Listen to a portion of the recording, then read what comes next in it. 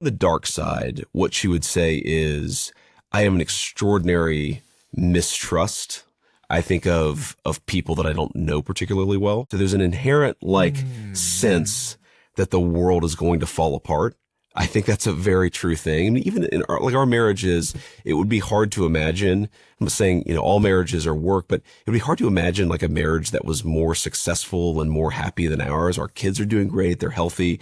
Like my wife and I love each other very much, but we're also just like, she really is my best friend. She's the person I talk to about everything. She's my closest confidant because she's taking the kids to the grocery store and I start thinking to myself, oh my God, a drunk driver is going to have a head on collision.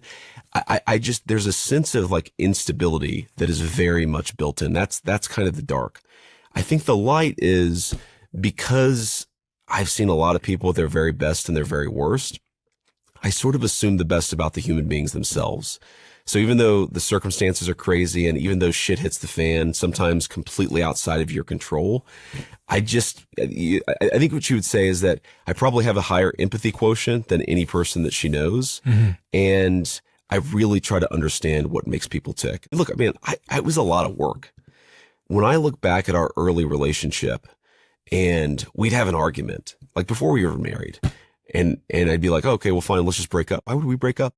But again, so long as you're, I think, self-aware about that, it's a problem that you can solve. And certainly, I mean, I think she would say now compared to 14 years ago when we first started dating, it's just night and day. But very early on, it was a chaotic relationship itself. Clearly an avoidant attachment style, which obviously makes a ton of sense. 100%. Yeah. I can relate. And yeah. I didn't have the vocabulary to describe that, but that's exactly what that was. Did you have to go to like couples therapy? No, never went to couples therapy. And so, is this uncomfortable? I guess this is kind of a weird kind of therapy. The other thing I really didn't like about it, and again, I don't mean this to criticize therapy. I'm sure it helps a lot of people. So please don't take this the wrong way. It almost encouraged, at least me, to blame others or to blame my past or to blame my mom or to blame I really didn't like this feeling that I was sort of giving up agency over my own life.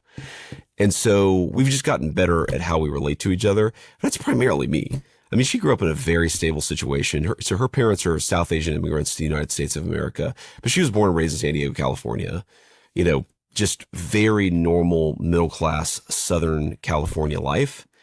And I think because of that, she just had much healthier relationship practices than I did.